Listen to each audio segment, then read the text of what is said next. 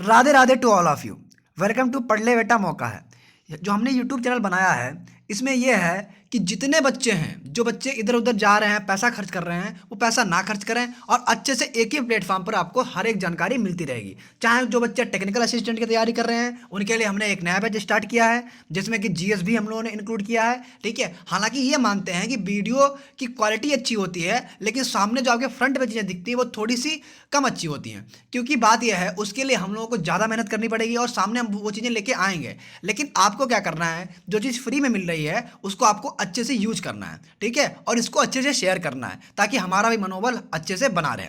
अच्छा, बाकी जो बच्चे बहुत अच्छी क्वालिटी होनी चाहिए तो हम ऑफलाइन बैच में पढ़ाते हैं, तो आप लोग कानपुर आइए और ऑफलाइन बैच में अच्छे से पढ़िए। ठीक है, बाकी जो हमारा एक ग्रुप चलाया है हमने, पढ़ ले बेटा मौका है नाम से व्हाट्सएप ग्रुप, उसमें हम डेली क्विज करवाते हैं और क्विज के बाद उस पूरी जितने क्वेश्चन हमने करवाए हैं उनका अच्छे से एनालिसिस करते हैं। ठीक है, तो आज के इस वीडियो में जो आज हमने अभी क्विज करवाई है सॉइल साइंस की, उस सॉइल साइंस का अच्छे से एनालिसिस करेंगे और पूरी की पूरी सॉइल साइंस एक ही वीडियो में कवर कर देंगे। ठीक है, ये बात आप याद रखना। तो पूरी सॉइल साइंस एक वीडियो में कवर करनी है, तो इस वीडियो को पूरा देख लेना। ठीक है, और इसको अच्छे से सब्सक्राइब और अभी सभी दोस्तों के साथ शेयर कर देना। ठीक है, चलो पहला क्वेश्चन देखते हैं। ठीक, जो बच्चे व्हाट्सएप पे जुड़ना चाहते हो वो डिस्क्रिप्शन में लिंक है, वहां से जुड़ जाएं, नहीं तो हमारा नंबर दिया है, इस पर मैसेज कर दें। ठीक है, हाँ, पहला क्वेश्चन है which of the following is the example of igneous rock. इन इसमें से कौन सा अग्नेय चट्टानों का उदाहरण है। ठीक है, जो बच्चे यूपी कैट की तैयारी कर रहे हैं उनके लिए भी है ना, ताकि वो हिंदी में भी बता दिया है।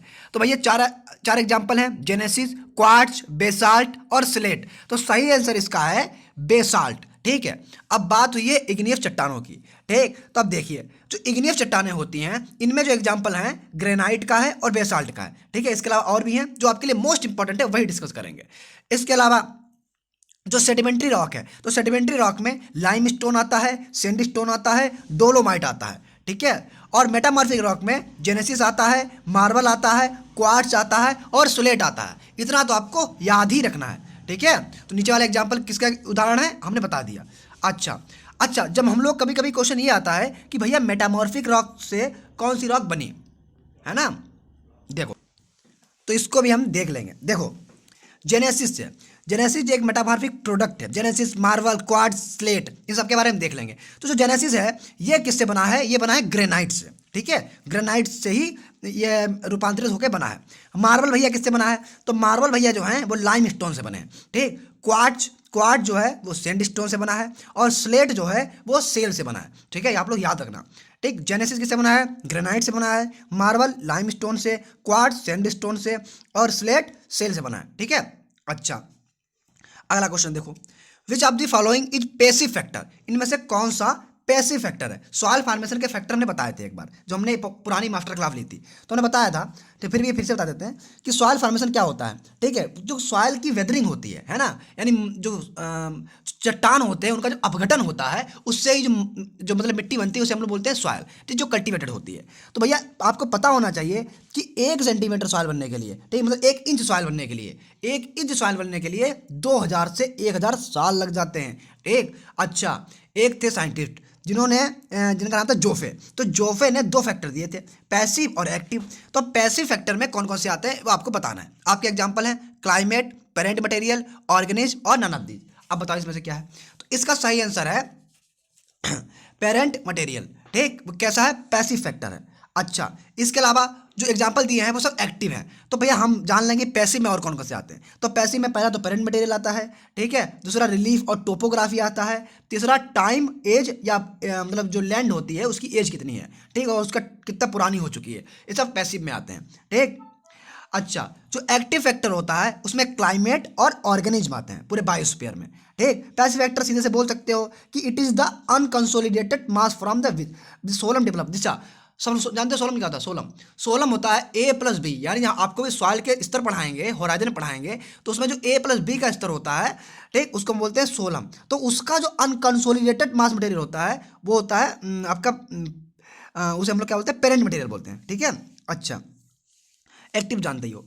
अकॉर्डिंग टू जिनी के अनुसार जो इसके जो इन्होंने सॉइल के फॉर्मेशन के लिए एक स्टेटमेंट दिया था। ठीक, एक फार्मूला दिया था। वो फार्मूला था यस बराबर एफ ब्रैकेट में क्लोरोपिट यानी Cl ORPT। तो इस पूरा पूछा जाता है, तो मुख्यतः जो पूछा जाता है वो पूछा जाता है कि इसमें यफ क्या है। तो यफ जो है वो इंडिपेंडेंट वेरिएबल्स है, ठीक। बाकी निम्रा सुंडा आपके सामने होगी तो उससे देख लेना, ठीक है। आगे देखो, which of the horizon is illuvial horizon. इनमें से कौन सा होराइजन ऐसा है जिसे इल्यूवियल होराइजन बोलते हैं। तो ऑप्शन है A B C O, ठीक है। तो सही से आंसर है, ठीक है। तो सही आंसर क्या है इसका, पहले क्या आता है, आई आता है या बी आता है, ठीक। आई आता है, ई आता है, एक इल्यूवियल होता है एक इल्यूवियल होता है, ठीक। तो पहले आता है आपका ई, तो ई वाला किसमें होगा, ए में होगा। और इसमें पूछा गया आई वाला, ठीक, इल्यूवियल पूछा गया है, तो ये किसमें होगा, ये बी में होगा, ठीक है। ये वाला याद रखना। अच्छा, अब अगर सॉइल होराइजन की बात करें तो हमको सॉइल प्रोफाइल पता होना चाहिए, ठीक। तो जब सॉइल का वर्टिकल सेक्शन होता है उसे हम लोग सॉइल प्रोफाइल बोलते हैं, ठीक, जिसके अंदर डिफरेंट लेयर्स होती हैं।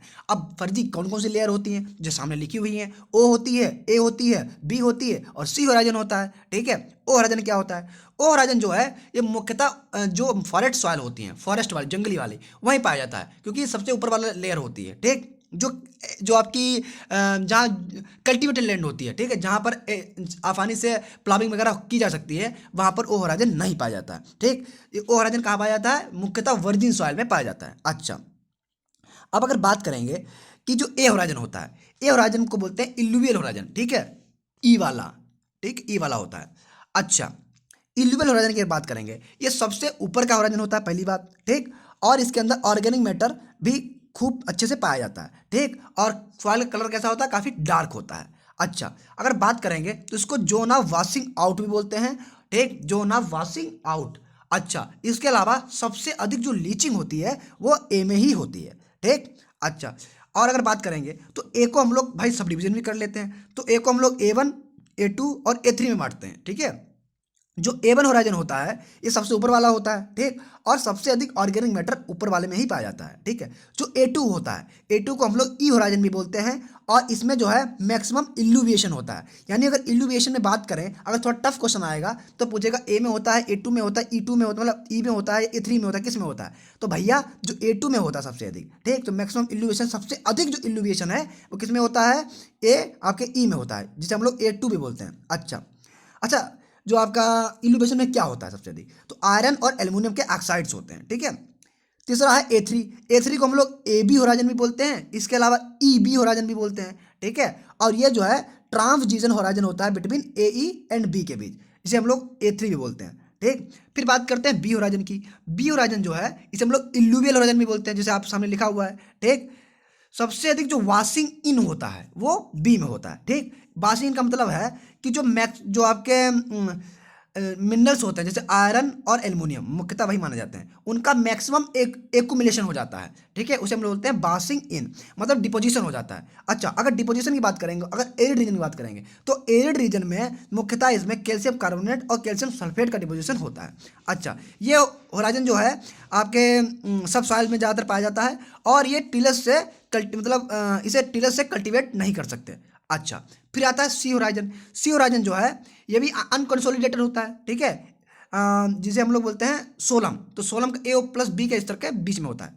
बाकी अगर बात करेंगे तो इससे जो क्वेश्चन पूछा जाता है वो है कि सबसे कम वेदरिंग किसमें होती है, मतलब जोन ऑफ लीस्ट वेदरिंग, तो भैया किसमें होती है, सी में होती है, ठीक। इसके अलावा कैल्शियम और मैग्नीशियम कार्बोनेट जो हैं, कैल्शियम और मैग्नीशियम कार्बोनेट और इन सबका जो सीमेंटेशन होता है या उनका जमाव जो होता है वो सी में होता है। ये तो आपके होराइजन हो गए। आई होप आपको सब क्लियर हो गया होगा। थोड़ा फास्ट बता रहे हैं क्योंकि आगे बहुत सा डिस्कस कराना है, ठीक है। आप लोग नीमरा सुंडा खोल के बैठना, लाइन टू लाइन अच्छे से रिवीजन कर लेना। आगे देखो, आज पूरी सॉल्यूशन खत्म कर देंगे। फिर आया size of gravel according to ISS. ISS के अनुसार ग्रेवल का साइज क्या होता है, ठीक। ऑप्शन है 2 मिलीमीटर से ज़्यादा, दूसरा ऑप्शन 2 से 0.2, ठीक, तीसरा ऑप्शन 0.02 से 0.002 और चौथा ऑप्शन 0.002 से कम, ठीक। तो भैया इसका सही आंसर बताओ। सही आंसर इसका है मतलब 2 मिलीमीटर से ज़्यादा, ठीक, पहले ऑप्शन सही है। आप देखो, जो अब थोड़ा पूरा बता दे तुम्हें। देखो, पहला जो ग्रेवल हो गया 2 मिलीमीटर से ज़्यादा, जो कॉर्स वाला होता है, कॉर्स वाला वो 0.2 से 2 होता है, ठीक, 0.2 से 2 होता है। और जो फाइन सैंड होता है वो होता है 0.02 से 0.2, ठीक, 0.02 से 0.2। और जो सिल्ट होता है वो 0.02 से 0.002 होता है। इसके अलावा एक और आता है जिसे हम लोग क्ले बोलते हैं, जो मोस्ट इंपॉर्टेंट है, जिसे बोलते हैं ये, इसमें जो है 0.002 से कम होता है, ठीक। अच्छा, अब भैया सॉइल की बात की है तो कुछ चीज़ें हम और जान लेते हैं, जैसे कि सॉइल में ज़्यादातर क्वेश्चन टेक्सचर से आते हैं।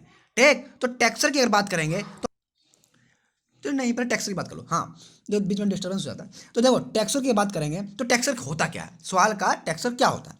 ठीक, तो सॉइल के अंदर जो रिलेटिव परसेंटेज होता है, ठीक ठीक, किसका, सैंड सिल्ट और क्ले का, उसे हम लोग क्या बोलते हैं, टेक्सचर बोलते हैं। ठीक, अच्छा, या आप लोग कह सकते हैं कि साइज का जो पार्टिकल्स होते हैं, मतलब जो पार्टिकल्स होते हैं उनका साइज कितना होता है, ठीक, उसे टेक्सचर बोलते हैं। ठीक, रिलेटिव परसेंटेज की बात अलग हो जाती है। अच्छा, और अगर सॉइल का जो अरेंजमेंट होता है, ठीक, तो मतलब सैंड सिल्ट और क्ले का जो अरेंजमेंट होता है उसे हम लोग क्या बोलते हैं, स्ट्रक्चर बोलते हैं। अच्छा भैया, तो सबसे अच्छा टेक्सचर क्या होता है ये आगे आ जाएगा, हम डिस्कस कर लेंगे। टेक्सचर क्लास की बात यहीं पे कर लेते हैं क्योंकि आगे मौका फायदा ना मिले। तो देखो टेक्सचर क्लास में हम लोग देखते हैं तो टोटल 12 प्रकार की टेक्सचर क्लासें होती हैं, लेकिन मुख्यतः 3 होती हैं। कौन सी, सैंड सिल्ट क्ले, ठीक, जानते हो। तो भैया सैंड सॉइल किसे कहेंगे, सैंड सॉइल वह सॉइल होगी जिसमें 85% से ज़्यादा सैंड होगी, पहली चीज।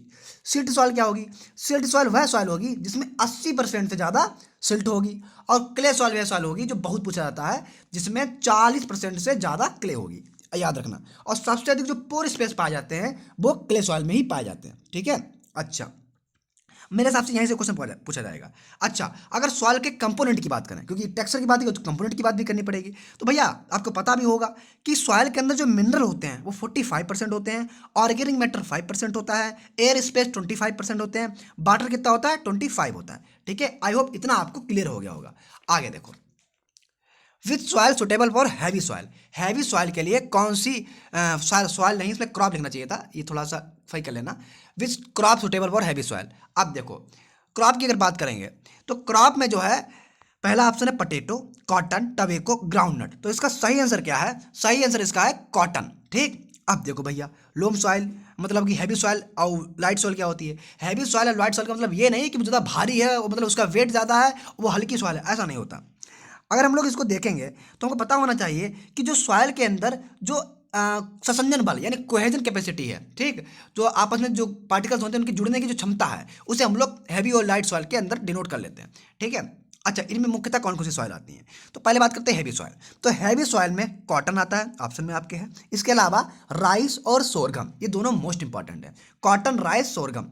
लाइट सॉइल की बात करेंगे तो लाइट सॉइल में जो है ग्राउंडनट आता है, पटेटो आता है, टवेको आता है, इसके अलावा जितनी लेग्यूम्स हैं वो सभी आ जाती हैं। ठीक, लेकिन इनकी जो रेसिस्टेंसी है वो काफ़ी कम होती है, इसलिए लाइट सॉइल होती हैं। अच्छा, अब देखो आगे कह सकते हो इसके हिसाब से, स्ट्रक्चर तो हम बता ही दिए थे। हाँ, अच्छा, स्ट्रक्चर में एक पॉइंट रह गया था, जो आर्टिफिशियल वो होते हैं क्लाउड, उसे तो क्लाउड बोलते हैं, जो बड़े बड़े ढेले देखो खेत में, खेत में जब खेत जुतता है तो बड़े बड़े ढेले हो जाते हैं। ठीक, तो भैया जो आर्टिफिशियल रूप से ढेले बनते हैं, बड़े बड़े क्या बोलते हैं, ईंटे टाइप के है ना, जो मिट्टी के कण होते हैं, तो जो बड़े बड़े मिट्टी के कण होते हैं, जो मिट्टी के कण नहीं कह सकते, वो ढेला बोलते हैं, ढेला है ना, उन्हें हिंदी और इंग्लिश में क्या बोलते हैं पता नहीं।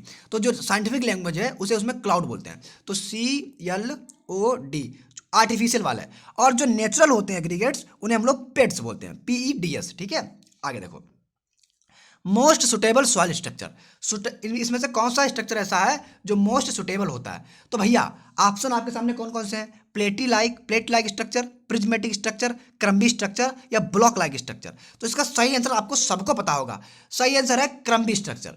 ठीक है, पता होना चाहिए। सॉइल स्ट्रक्चर से ज़्यादातर क्वेश्चन हम बता ही चुके थे, बाकी हल्का सा देख लो। प्लेटी क्या होता है, जब सॉइल की जो लेयर होती है, मतलब जो हॉरिजॉन्टल एक्सिस जो होता है वो ज़्यादा बड़ा होता है as comparison to vertical axis. ठीक है, तो उसे हम लोग प्लेटी में लाते हैं। अच्छा, प्लेटी और लेमिनर में थोड़ा फर्क होता है।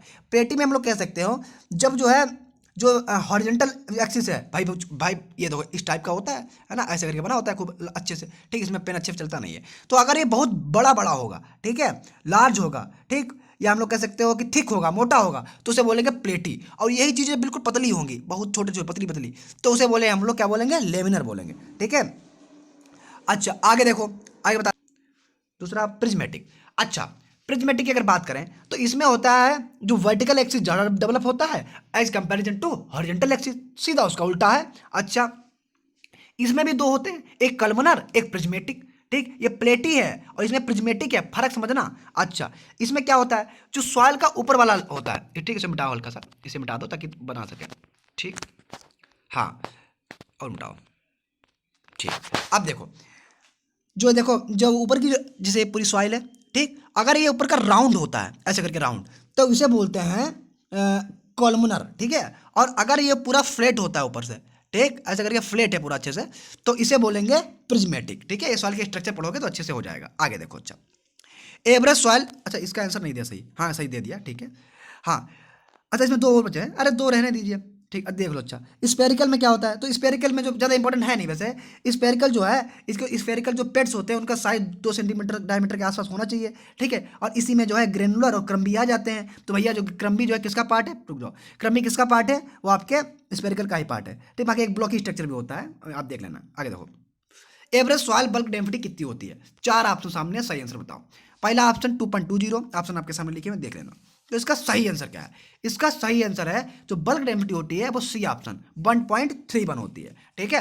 अब पार्टिकल डेंसिटी कितनी होती है फर्जी, पार्टिकल डेंसिटी 2.65 होती है, हम बता ही चुके हैं। अच्छा अच्छा, अब डेंसिटी की बात कीजिए तो सर जी डेंसिटी नापते किससे हैं, तो भैया जी डेंसिटी नापते हैं पिकनोमीटर से, ठीक। किसे नापते हैं, पिकनोमीटर। और दो तरीके की होती है, एक पार्टिकल डेंसिटी, एक बल्क डेंसिटी, ठीक। तो पार्टिकल डेंसिटी बराबर होता है वेट ऑफ सॉइल सॉलिड, यानी जितना सॉइल सॉलिड है, और upon volume of soil solid, ठीक है। तो weight of soil solid upon volume of soil solid, इसे बोलते हैं पार्टिकल डेंसिटी, ठीक। तो पार्टिकल डेंसिटी जनरली कितनी होती है, 2.66 होती है, ग्राम पर सेंटीमीटर क्यूब। थ्योरी भी याद रखना, ग्राम पर सीसी, ठीक है, या ग्राम पर सेंटीमीटर क्यूब, ये भी सही है। ऑर्गेनिक सॉइल की बल्क डेंसिटी कितनी होती है, तो भैया कम होगी, क्यों, क्योंकि ऑर्गेनिक मैटर डालने से बल्क डेंसिटी जो है वो थोड़ी पार्टिकल डेंसिटी या बल्क डेंसिटी कोई भी चीज़ हो वो कैसी होती है, कम हो जाती है।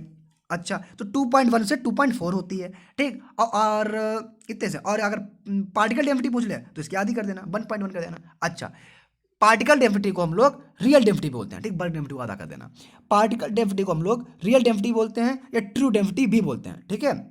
अच्छा, और ज़्यादातर वाटर की जो डेंसिटी होती है, अब पार्टिकल वर्क की बात हो रही है, वाटर की डेंसिटी 1 होती है, ग्राम पर सेंटीमीटर क्यूब। अच्छा, अगर वर्क डेंसिटी की बात करेंगे तो जनरली वर्क डेंसिटी 1.33 या 1.31 ग्राम पर सेंटीमीटर क्यूब होती है, ठीक। तो वर्क डेंसिटी का फार्मूला होता है weight of oven dry soil upon volume of oven dry soil, इतना आप याद रखना, ठीक। बाकी जैसे जैसे ऑर्गेनिक मैटर डालोगे वर्क डेंसिटी वैसे वैसे कम हो जाएगी, ठीक। तो सर जी ऑर्गेनिक मैटर की कितनी हो जाती है, तो ऑर्गेनिक मैटर की होती है 0.25, ठीक है, 0.25 होती है। अच्छा, तो भैया कंपैक्ट सॉइल की कितनी होती है, ज़्यादा होगी, सीधी सी बात है। कंपैक्ट सॉइल की बल्क डेंसिटी होती है 2 ग्राम पर सेंटीमीटर क्यूब, ठीक, तो 2 होती है। अच्छा, आगे देखो, which of the crop have lowest ODR, किस क्रॉप का ओडीआर सबसे कम होता है। अच्छा, यहाँ से एक क्वेश्चन और डिस्कस करा दें, सामने अगर दिख गया हमको, ठीक है। ये एक थर्मल कंडक्टिविटी क्या होती है, तो भैया कुछ नहीं होती है, जो सॉइल के अंदर हीट फ्लो होती है उसको थर्मल कंडक्टिविटी बोलते हैं, ठीक है। इतना आप लोगों को याद रखना, ठीक है। और जितना ज़्यादा करोगे टिलेज उतना थर्मल कंडक्टिविटी कम हो जाएगी, ठीक है। बाकी सॉइल टेम्परेचर से बगैर क्वेश्चन आते हैं तो आप लोग देख लेना। अच्छा, ओडीआर ऑक्सीजन डिफ्यूजन रेशियो, ठीक, वो क्या होता है, तो सबसे कम किसका होता है, चार ऑप्शन है, सही से आंसर आप दे देना। तो सही से इसका आंसर है राइस, सबसे कम कितना होता है, राइस का। और कितना होता है सर जी, तो इसका होता है 22.5 और 22.1 इंटू 10⁻⁻8 ग्राम पर सेंटीमीटर क्यूब, ग्राम पर सेंटीमीटर स्क्वायर पर मिनट। अब देखो सर जी सबसे ज़्यादा किसकी होती है, तो सबसे ज़्यादा होती है इरीगेटेड पी की, ठीक है, कितनी होती है 39.5, ठीक है। अच्छा, अगर बात करें तो भैया होता क्या ऑक्सीजन डिफ्यूजन रेशियो, तो जो ऑक्सीजन का जो मूवमेंट होता है, ठीक है, किसके द्वारा, प्लांट रूट्स के द्वारा, उसे हम लोग कहते हैं ऑक्सीजन डिफ्यूजन रेशियो। तो इसकी यूनिट क्या होती है, ग्राम पर सेंटीमीटर स्क्वायर पर मिनट। अच्छा, तो सबसे ज़्यादा किसका होता है, इरीगेटेड पी का होता है, सबसे कम किसका होता है, राइस का होता है, ठीक। आगे बढ़ जाओ, purity of soil colour, soil colour की प्योरिटी किससे नापते हैं, ठीक। आप जानते हो कि पहले इसका सही आंसर होता है अंदर ह्यू वैल्यू क्रोमा नॉन, ठीक। तो इसका सही आंसर सब जानते हैं, इसका सही आंसर होता है क्रोमा, ठीक। अब फर्जी प्योरिटी मतलब क्या है, ठीक, इससे पहले जानो सॉइल कलर। तो सॉइल कलर को हम लोग किससे नापते हैं या किससे डिटरमाइन करते हैं, तो आप सब जानते हो मुल्सन कलर चार्ट से, ठीक, मुल्सन कलर चार्ट से। अच्छा, तीन तरीके से इसके वो होते हैं, क्राइटेरिया होते हैं, ह्यू वैल्यू क्रोमा। ह्यू में क्या होता है, जो डोमिनेंट स्पेक्ट्रिकल कलर है, येलो हो चाहे रेड हो चाहे ब्लू हो या ब्राउन हो, जो डोमिनेंट स्पेक्ट्रिकल कलर है वो क्या होता है, ह्यू होता है, ठीक। वैल्यू क्या होता है, वैल्यू का मतलब होता है कि जो सॉइल की जो लाइटनेस है, ठीक है, या डार्कनेस, कितनी सॉइल डार्क होगी, कितनी लाइट होगी, वो भैया क्या होता है, वैल्यू होता है, ठीक। और क्रोमा क्या होता है, ठीक, डेंसिटी, जो सॉइल की जो मतलब कह सकते हो प्योरिटी, ठीक, जो प्योरिटी होती है, कितनी सॉइल प्योर है, वो क्या होती है, किसमें, क्रोमा में होती है। आई होप आपको क्लियर हो गया होगा। स्पेसिफिक हीट से क्वेश्चन शायद ना डाला हो, जान लो। वाटर की स्पेसिफिक हीट 1 होती है, सॉइल की 0.2 होती है यानी 0.2 होती है, ऑर्गेनिक मैटर की 0.5 यानी 0.5 होती है। ठीक है, आगे बढ़ जाओ। पायरोलिसाइट इज ए सोर्स ऑफ, पायरोलिसाइट किसका सोर्स होता है? इससे पहले आपको मिनरल पता होने चाहिए, ठीक। अगर मिनरल अगर पढ़ा होगा तो यहाँ से क्लियर हो जाएगा। तो पायरोलिसाइट जो है वो भैया सोर्स किसका होता है? मैग्नीशियम का, ठीक। किसका होता है? सॉरी, मैग्नीज का होता है, ठीक, गलत, मैग्नीज का होता है, ठीक, इसको हटा दो। हाँ, एक जैसा लिखा था ना, मैग्नीज का होता है। अब देखो फास्फोरस का क्या होता है, ठीक। पहले जान लो मिनरल्स क्या होते हैं। दो दो तरीके के होते हैं, एक ओलिविन, मतलब ज़्यादातर जो पूछे जाते हैं, है ना, ओलिविन और टर्मलाइन, ठीक। तो ओलिविन जो है ये फेरोमैग्नीशियम सिलिकेट में अगर बात करें तो इसका फार्मूला पूछा जाता है Fe का होल स्क्वायर, ब्रैकेट, और ब्रैकेट के बाहर क्या होता है? SiO4। इतना इंपॉर्टेंट भी नहीं है, ठीक। अगर याद कर सको तो याद कर लो। अच्छा, अगर बात करें तो फास्फोरस का कौन कौन सा ऐसा होता है मिनरल्स जो सोर्स होता है, ठीक। तो फास्फोरस का होता है एपेटाइट, क्या होता है? एपेटाइट। पोटेशियम क्या होता है? बायोटाइट और ऑर्थोक्लेज। पोटेशियम क्या होता है? बायोटाइट और ऑर्थोक्लेज, ठीक है। मैग्नीशियम का क्या होता है? डोलोमाइट और ओलिविन, डोलोमाइट और ओलिविन, इसीलिए हमने बात बता दिया था। तो मैग्नीशियम क्या होता है? डोलोमाइट और ओलिविन। कैल्शियम का क्या होता है सर जी? कैल्शियम का होता है डोलोमाइट और एंथ्रोसाइट, ठीक। डोलोमाइट और एंड्रोथाइट, अच्छा एंड्रोथाइट है, ठीक। एक इसमें नहीं डाला हमने बोरान का, बहुत इंपॉर्टेंट है। बोरान का होता है टोरोमलाइन, क्या होता है? टोरोमेलाइन होता है, ठीक। इसके अलावा हम बता ही चुके हैं मैग्नीज का क्या होता है? पायरोलिसाइट होता है। और एक और है मोलिब्डेनियम, तो मोलिब्डेनियम का होता है ओलिविन, ठीक है। फिर से देखो एक बार, फास्फोरस का क्या होता है फर्जी? एपेटाइट होता है। पोटेशियम क्या होता है? बायोटाइट ऑर्थोक्लेज होता है। मैग्नीशियम का क्या होता है? डोलोमाइट ओलिविन होता है। कैल्शियम क्या होता है? एंड्रोथाइट और डोलोमाइट होता है। बोरान का क्या होता है? टोरोमलाइन होता है। मोलिब्डेनियम का क्या होता है? ओलिविन होता है। और मैग्नीज का क्या होता है? पायरोलिसाइट होता है। अच्छा, अब अगर बात करें मिनरल्स की, ठीक, तो सबसे ज़्यादा जो वेदरिंग के प्रति रेसिस्टेंट होते हैं वो कौन सा मिनरल होता है, ठीक है। तो भैया वो मिनरल होता है क्वार्ट्ज, सबसे अधिक रेसिस्टेंट होता है क्वार्ट्ज, ठीक है। इसके बाद मास्कोबाइट आता है, फेल्ड्सपार आता है, बायोटाइट आता है, ठीक है। स्पेस नहीं रह गया, कोई बात नहीं, ठीक। वीडियो ज़्यादा बड़ा हो रहा है, कोई बात नहीं। अब देखो, अब अर्थ के क्रस्ट की बात करें तो भैया जो आपका अर्थ का क्रस्ट होता है वो ऑक्सीजन जो सबसे ज़्यादा होती है उसके अंदर कितनी होती है? 46 के आसपास होती है। सिलिकॉन 27, कहीं कहीं 29 लिखा रहता है, कोई भी दिक्कत नहीं। एल्युमिनियम 8.1 के आसपास और फेरस 5% के आसपास, ठीक। इसके अलावा calcium 3.6, sodium 2.8, potassium 2.6, magnesium 2.1, other 0.8। तो इंपॉर्टेंट आपके लिए सब नहीं है, इंपॉर्टेंट है आपके लिए ऑक्सीजन 0.6, तुम्हारा 46.6, 46.6, सिलिकॉन 27, एल्युमिनियम 8.1 और फेरस 5, ठीक। आगे बढ़ जाओ। अब देखो अगला क्वेश्चन आपके लिए ये है कि लाइट ग्रीन कलर डिवोटेड विच लैंड डिनोटेड होना चाहिए, शायद डिवोटेड मतलब अंधभक्त हो गया, है ना। डिनोटेड जो आपका लाइट ग्रीन कलर है एक कौन से उसको डिनोट करता है? क्लास को, ठीक। तो आपने अगर LCC पढ़ा होगा तब आप अच्छे से कर लेंगे। तो इसका सही आंसर है क्लास 1, ठीक। एक मिनट रुकना, जरा इसको हम स्पेस सही कर दें ताकि आप लोगों को आगे दिक्कत ना हो, ठीक। हाँ ठीक, अब कोई दिक्कत नहीं होगी। अच्छा देखो, हाँ हम आपको बता दें LCC, तो भैया आप लोग इसको पढ़ लेना अच्छे से, ठीक। LCC में अगर बात करेंगे तो आपने पढ़ा होगा कि LCC के हिसाब से दो मेजर ग्रुप हैं। पहला क्या है? लैंड जो कि ऐसी लैंड जो कि सुटेबल है, और दूसरा ऐसी लैंड जो कि नहीं सुटेबल है, ठीक। अच्छा, अब देखो जो सुटेबल में है कौन कौन सी है? सुटेबल में 4 होते हैं, पहली, दूसरी, तीसरी, चौथी, ठीक। ये अच्छे से आपको ये बहुत लोग नहीं पढ़े हुए होंगे। और इसके बाद वाली नॉट सुटेबल होती हैं, तो इनका कलर भी आपको पूछा जाता है कभी कभार, ठीक। इसके अंदर की डिटेल आप देख लेना निमरा सुंडा से, ठीक। बाकी ज़्यादा अंदर ना जाना अगर आप ऊपर के एग्जाम की तैयारी कर रहे हैं। अच्छा, जो लाइट ग्रीन कलर होता है इसमें वो क्लास 1 में आता है। क्लास 2 का जो कलर होता है उसे हम लोग डिनोट करते हैं येलो कलर से, ठीक, पीले रंग से, ठीक। क्लास 3 का जो होता है उसे करते हैं रेड कलर से, ठीक है, 3 लिखा हुआ है, इसको करते हैं रेड कलर से, ठीक। क्लास चौथा जो होता है उसे करते हैं ब्लू कलर से, ठीक। किसे करते हैं? ब्लू कलर से करते हैं। और क्लास 5 का जो होता है उसे करते हैं डार्क ग्रीन। तो लाइट ग्रीन और डार्क ग्रीन बहुत पूछा जाता है। लाइट ग्रीन किसका है? क्लास 1 का। और डार्क ग्रीन किसका है? आपके क्लास 5 का। क्लास 6 का जो होता है ऑरेंज कलर होता है। क्लास 7 का जो होता है ब्राउन होता है। और 8 का होता है पर्पल होता है, ठीक है। आगे बढ़ जाओ तन से। वर्टिसॉल फाउंड इन विच सॉइल? कौन सी सॉइल में वर्टिसॉल पाया जाता है? ऑप्शन है एलुवियल सॉइल में, ब्लैक सॉइल में, रेड सॉइल में, एरिड सॉइल में। तो इसका सही आंसर है ब्लैक सॉइल में। अब आप इसके लिए सॉइल ऑर्डर पढ़े होंगे, ठीक। क्योंकि डिटेल में जाने के लिए समय भी कम है अभी थोड़ा सा, है ना। तो आप लोग चाहें तो जा सकते हैं, थोड़ा सा हम बता देते हैं हल्का हल्का। अब देखो, बात हुई है ब्लैक सॉइल की, ठीक। तो ब्लैक सॉइल के बारे में आपको पता होना चाहिए, जैसे कि ये मिट्टी सबसे अधिक कहाँ पाई जाती है, महाराष्ट्र में पाई जाती है, ठीक है। और इसके अलावा इसके अंदर वर्टी सॉइल होता है, इसके मिनरल कौन सा होता है, मोंट मोल्लोनाइट होता है, ठीक है। इसके अलावा जो है इसके अलावा हाँ, अपने एरिया में, अपने भारत में कितने एरिया में ये पाई जाती है, ठीक। ये क्वेश्चन भी पूछा जाता है। तो भैया कितनी एरिया में पाई जाती है, ये पाई जाती है लगभग 16% में, ठीक। अपने टोटल 16% के आसपास पाई जाती है। हाँ अच्छा, अब अगर बात करें कि इसके अंदर मिनरल कौन सा होता है, मोंट मोल्लोनाइट होता है, ठीक। एलुवियल सॉइल के बारे में बात करो थोड़ी सी। एलुवियल सॉइल जो है यहीं पे खत्म कर दो, आगे वैसे क्वेश्चन में डाला होगा लेकिन यहीं पे खत्म कर दो, ठीक। आगे कम टाइम देंगे। एलुवियल सॉइल की बात करेंगे तो भैया सबसे ज़्यादा एरिया में यही पाई जाती है, सबसे ज़्यादा फर्टाइल भी यही होती है, ठीक है। ये दो तरीके की है, खादर बांगर। जो पुरानी है उसे बांगर बोलते हैं, जो नई होती है उसे खादर बोलते हैं, ठीक है। बाकी जो है जो आपकी नदियों के किनारे मिट्टी यही पाई जाती है, सबसे ज़्यादा फर्टाइल भी यही होती है, ठीक है। इसके अंदर सॉइल आर्डर वगैरह कौन सा होता है, अभी आर्डर देखेंगे क्लियर कर लेंगे। फिर होती है रेड सॉइल। रेड सॉइल जो है ये ज़्यादातर तमिलनाडु एरिया में पाई जाती है, ठीक है। इसके अलावा जो है ये अपने भारत में लगभग इसका एरिया का वैसे पूछा नहीं जाता, लेकिन लगभग साढ़े लोग लिखते थे 10% के आसपास, ठीक है। 10% के आसपास ये पाई जाती है। अच्छा अच्छा, काली मिट्टी काली क्यों होती है, ह्यूमस के कारण। लाल मिट्टी लाल क्यों होती है, आयरन ऑक्साइड के कारण, ठीक है। अच्छा, एड वाली जो डिजर्ट एरिया है वहाँ एड पाई जाएगी। अब बात करते हैं बर्टी सॉइल, मतलब कि सॉइल आर्डर की। तो भैया फर्जी सॉइल आर्डर कितने होते हैं तो बताओ। तो सॉइल आर्डर होते हैं 12, ठीक। 12 कौन कौन से होते हैं, आपने पढ़े भी होंगे। Inceptisol, entisol, vertisol, oxisol, alfisol, histosol, aridisol, spodosol, ultisol, है ना, mollisol, andisol, gelisol. अरे सर जी क्या बोलते सब हैं, हम समझ में नहीं आया। अच्छा देखो, बात क्या है, बात है एक भैया फंडा याद रखना। वैसे फंडा अपना बनाएंगे तो बताएंगे अच्छे से अलग से वीडियो में।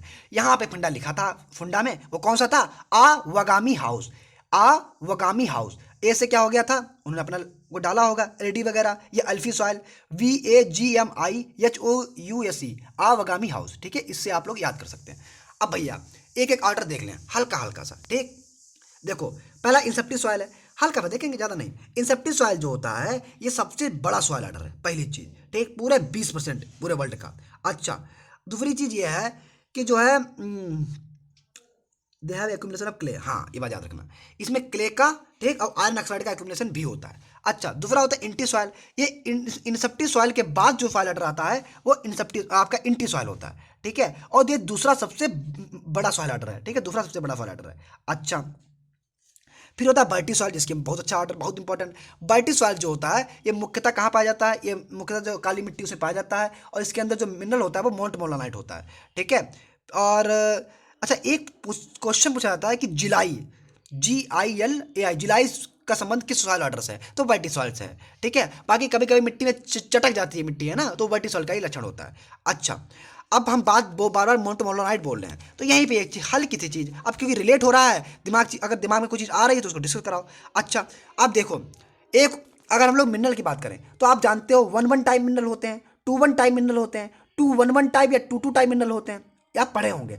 तो 1 1 टाइप में कौन से आते हैं, कालोनाइट आता है। 2 1 टाइप में क्या आता है, मोंट मोलोनाइट, इलाइट और बर्मीकुलाइट आता है, ठीक, जानते हो। तो मोंट मोलोनाइट का सॉइल का स्ट्रक्चर कैसा, मतलब वैसा कैसा होता है, ठीक है, सिलिकेट के हिसाब से। तो 2 1 टाइप होता है। और एक होता है भैया 2 2 टाइप, जिसे हम लोग 2 1 1 भी बोलते हैं, ये होता है क्लोराइड, ठीक, हल्का, जिसे जो बच्चे पढ़े होंगे उनके समझ में आ गया होगा। आगे बढ़ जाओ। अब आगे कौन सा ऑर्डर रह गया था, आगे रह गया तुम्हारा ऑब्जी सॉइल।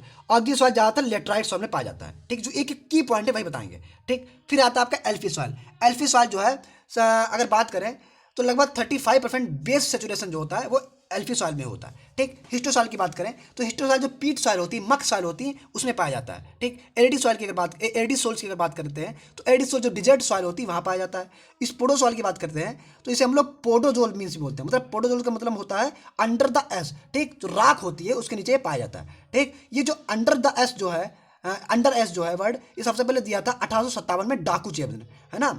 अच्छा, और फिर बात होता है अल्टी सॉइल। तो अल्टी सॉइल जो है इसे ये ज़्यादातर कौन सी मिट्टी में पाया जाता है, तो अल्टी सॉइल सबसे ज़्यादा कहाँ पाया जाता है, रेड सॉइल में पाया जाता है, ठीक है। और इसके अंदर जो बेस सेचुरेशन होता है वो 35% होता है, ठीक। कितना होता है भैया, 35% होता है। आगे देखो, आगे अगर बात करेंगे तो आगे का मोली सॉइल, ठीक। मोली सॉइल में क्या होता है, जो बेस सेचुरेशन होता है वो 50% से ज़्यादा होता है। बेस सचुरेशन जो होता है वो 50% से ज़्यादा होता है। अच्छा, अब देखो अब इसमें आता है एंडी सॉइल और जेली सॉइल। तो एक एक पॉइंट ही बता रहे हैं। तो एंडी सॉइल की अगर बात करेंगे तो एंडी सॉइल जो ज़्यादातर जो वॉल्केनिक एस होता है उससे बनता है, ठीक, जो ज्वालामुखी वाले राख होती है।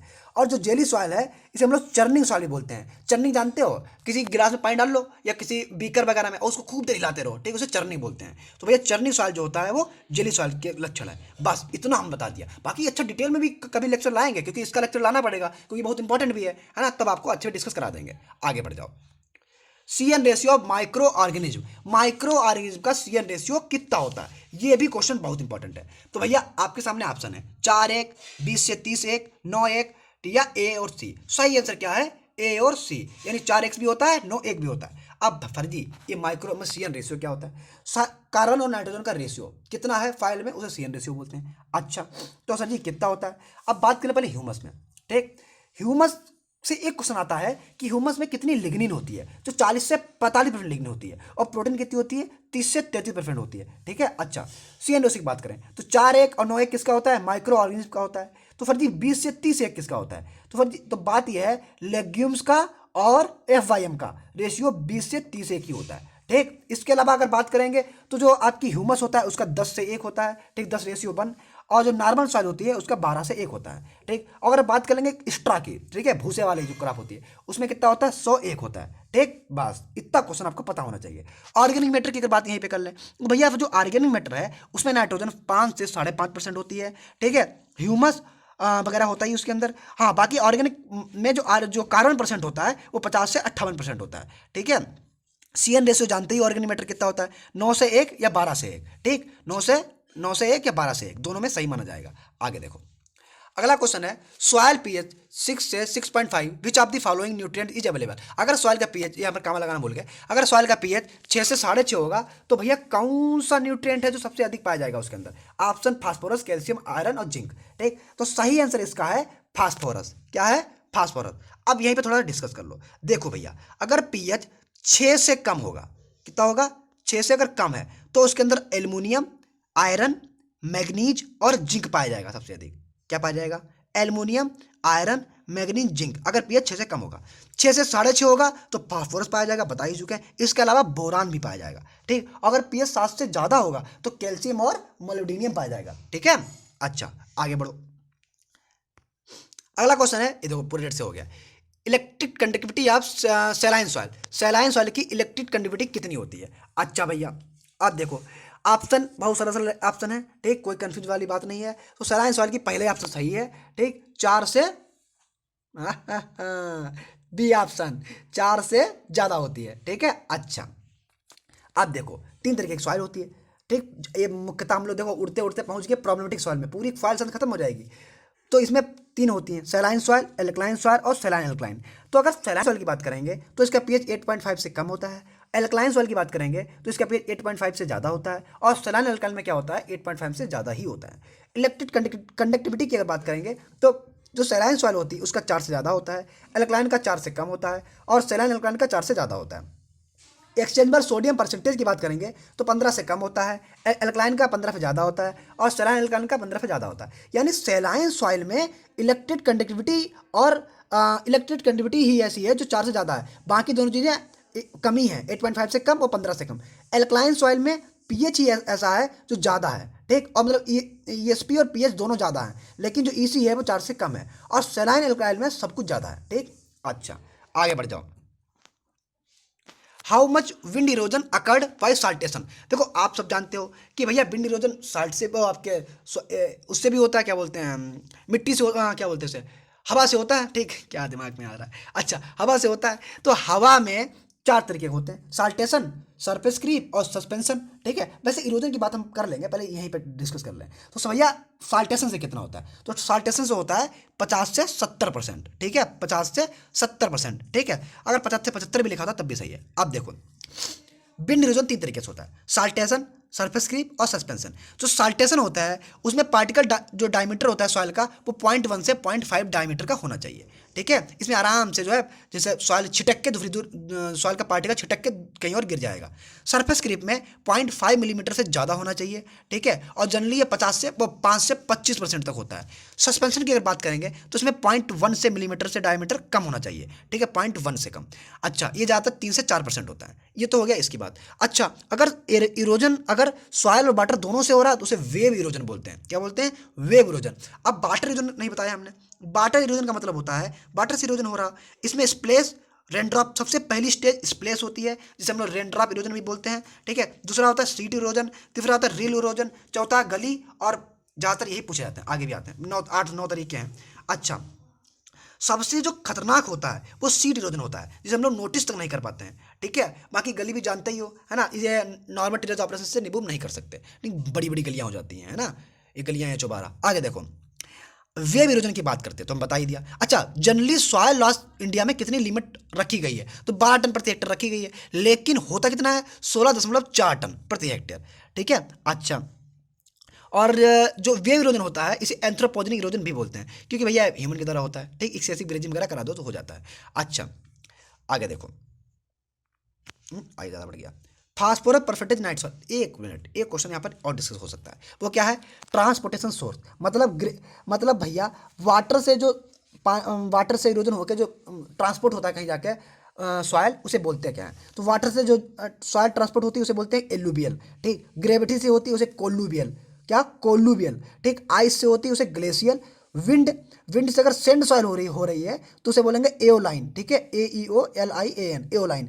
और अगर विंड से अगर सिल्ट सॉइल हो रही है तो उसे होंगे लॉइसेस, ठीक है, LOESS, ठीक है, ये बात याद रखना। बाकी मिनरलाइजेशन क्या होता है, इमोलाइजेशन क्या होता है, ये सब जानते हो आप, है ना। अच्छा, ये बात याद रखो कि अगर CN रेशियो 30:1 होगा, यानी 30:1 होगा, तो भैया क्या होगा? सबसे ज़्यादा क्या होगा? इमोलाइजेशन होगा। और 20 से 1 होगा तो मिनरलाइजेशन होगा, ठीक। 30 से अगर ज़्यादा होगा तो नेट इमोलाइजेशन होगा। 20:1 से अगर कम होगा तो नेट मिनरलाइजेशन होगा, ठीक है। और CN रेशियो 20 से 30 के बीच में है तो दोनों होगा, इमोलाइजेशन और मिनरलाइजेशन दोनों होगा, ठीक है। अच्छा, आगे देखो, phosphorus percentage in night soil. Night soil में कितना फास्फोरस का परसेंटेज होता है, ठीक। ऑप्शन आपके सामने है, ठीक है, 4 ऑप्शन है, दम से आंसर दो। तो इसका सही आंसर तुम्हें बता दें, ठीक है, क्योंकि क्विज हम करवा ही चुके हैं। तुम 5 बजे आप लोग जुड़ जाना अच्छे से, है ना। और वीडियो तो लंबा हो गई यार, है ना, क्योंकि आपकी पूरी सॉइल साइंस आज खत्म भी करनी है हमें, ठीक। हमें मेहनत लग रही, कोई बात नहीं। तो इसका सही आंसर है 4%, ठीक। क्या होती है? 4%। अच्छा भैया, तो नाइट्रोजन कितनी होती है? तो 5.5 नाइट्रोजन होती है, ठीक है। और जो पोटेशियम होती है वो 2% के आसपास होती है। अच्छा, अब थोड़ा यहाँ पर हम तुम्हें बता दें, ठीक, थोड़ा जो मैन्योर केक्स वगैरह होते हैं इनको बता देते हैं। अच्छा, मैन्योर फर्टिलाइजर क्या होते हैं? जिनकी हाई एनालिटिक वैल्यू होती है वो फर्टिलाइजर होते हैं, जिनकी लो एनालिटिक वैल्यू होती है वो मैन्योर होते हैं। सीधी सी मतलब समझो। अच्छा, बाकी आप जानते हो कि ग्रीन मैन्योर अलग होता है और ग्रीन लीफ मैन्योर अलग होता है। ग्रीन मैन्योर जो है वो इसे इन सीटू बोलते हैं, जहाँ है वहीं दबा दो। इसमें सनम, ढेंचा, क्लस्टर बीन वगैरह आता है, और इसके अलावा सेसबेनिया भी आता है, ठीक। एक्स सीटू मतलब होता है इधर उधर ले जाओ, है ना। तो उसमें ग्रीन लीफ मैन्योरिंग आती है, जैसे कि ग्लाइसीडिया, पोंगेमिया, नीम, महुआ, ये थोड़ी सी छोटी छोटी चीज़ें याद रखना।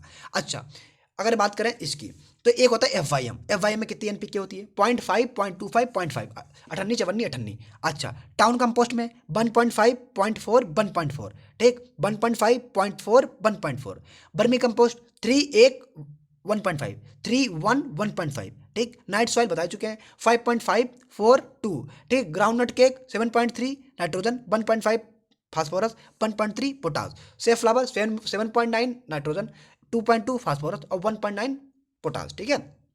फर्टिलाइजर की बात कर लेंगे, ठीक है। तो आगे कोई क्वेश्चन डालें? नहीं डालें। अच्छा देखो, फर्टिलाइजर की बात करेंगे तो भैया एक स्ट्रेट फर्टिलाइजर होते हैं, एक कम्प्लेक्स होते हैं, एक मिक्स होते हैं, एक कंप्लीट होते हैं, एक लो एनालिसिस वैल्यू होते हैं, एक हाई एनालिसिस वैल्यू। कदे फर्जी हवा बोल दिया। देखो, स्ट्रेट फर्टिलाइजर वे होते हैं जो सीधे एक मेजर न्यूट्रिएंट को सप्लाई कर रहे हैं, जैसे कि यूरिया, ठीक। कम्प्लेक्स वे होते हैं जिनमें 2 या 2 से अधिक होते हैं, जैसे कि DAP, 2 या कभी कभी अधिक भी होते हैं, जैसे कि DAP। मिक्स फर्टिलाइजर वे होते हैं जो आपस में सबको मिक्स कर देते हैं और हर एक चीज़ देते रहते हैं, NPK अच्छे से देते हैं, ठीक है। इनमें NPK ही आता है ना, NPK आता है। एक होता है कंप्लीट फर्टिलाइजर, जिसके अंदर सभी प्राइमरी न्यूट्रिएंट्स अच्छे से पाए जाते हैं, उन्हें कंप्लीट बोलते हैं, है ना।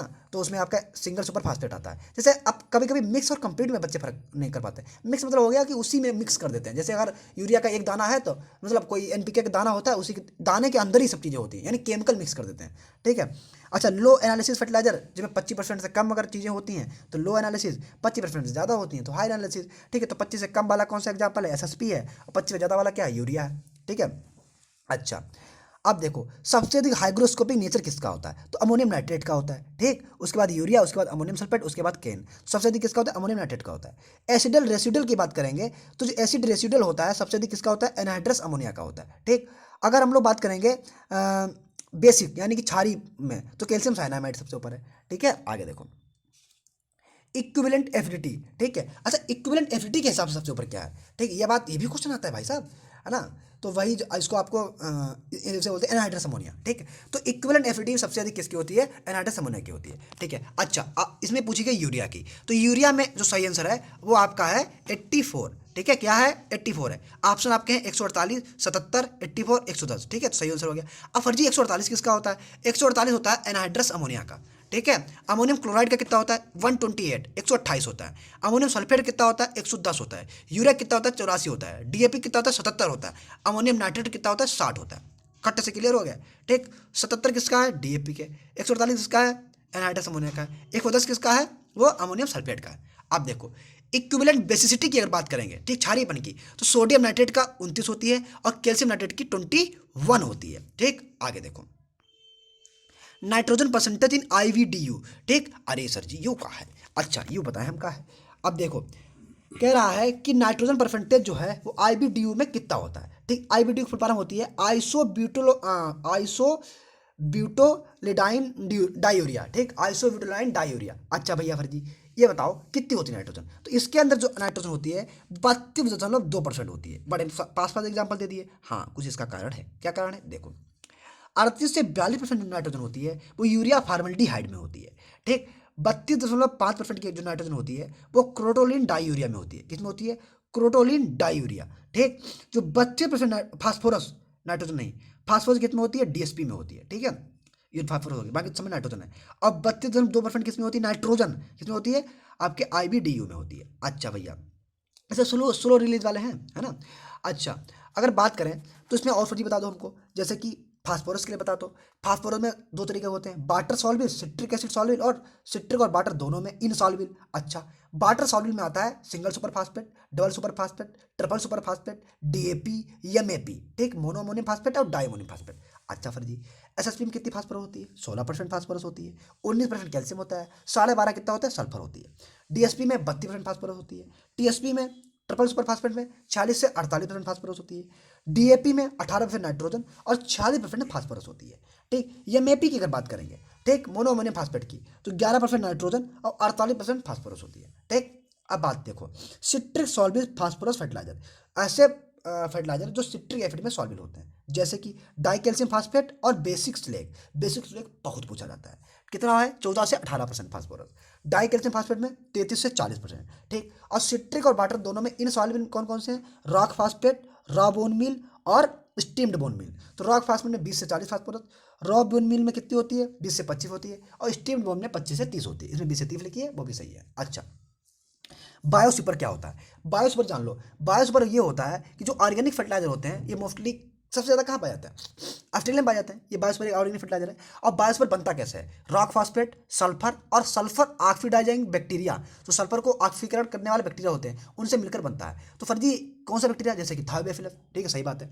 अच्छा कभी कभार हम क्वेश्चन आता है कन्वर्जन फैक्टर से, तो फास्फोरस परसेंटेज निकालने के लिए, पी परसेंट निकालने के लिए P2O5 इंटू 0.43। ठीक, और फास्फोरस P2O5 निकालने के लिए P इंटू 0.29 है, P इंटू 2.29। अच्छा पोटेशियम के लिए फर्जी बता दो, तो पोटेशियम परसेंटेज निकालने के लिए K2O इंटू 0.83 और K2O निकालने के लिए K इंटू 1.20। ये हल्के से बता दिए, जो बच्चे समझ में आए उनको अच्छे से याद कर सकते हैं। ठीक, बाकी जो नहीं समझ में आया कोई दिक्कत नहीं, आगे बढ़ जाओ। देखो sickle leaf disease due to deficiency of, उस फास्फोरस का सिकल लीफ डिजीज होता है, सॉरी बता ही दिया वो भैया। सिकल लीफ डिजीज होता है वो किससे होता है, ऑप्शन 4 है, सही आंसर बताओ। सही आंसर बता ही दिया हमने स्टार्टिंग में, तो सही आंसर इसका होता है फास्फोरस। ठीक है, क्या होता है, फास्फोरस।